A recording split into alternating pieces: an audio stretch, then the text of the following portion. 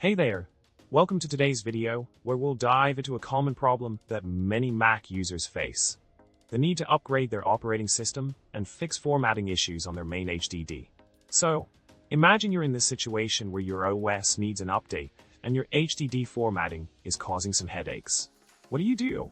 That's the problem we're tackling today.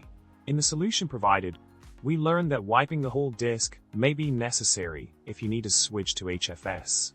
However, for a regular OS upgrade, there shouldn't be a need to erase everything. A clean install may not be advantageous if you end up restoring all your data back anyway. Remember, the Migration Assistant is your friend when it comes to restoring user data from a time machine backup onto your fresh system. Now, let's talk about the advantages of using the 28 GB SSD as a bootable OS drive over the HDD. While it may seem tempting, that small SSD likely won't cut it for running the OS smoothly. It's best to avoid booting from an HDD altogether, especially on a 2019 machine.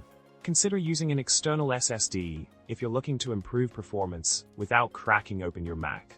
In summary, we covered the process of starting over with a fresh OS install, restoring user data, and the importance of steering clear of HDDs for booting.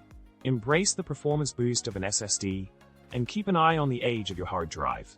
And with that, we've reached the end of today's video.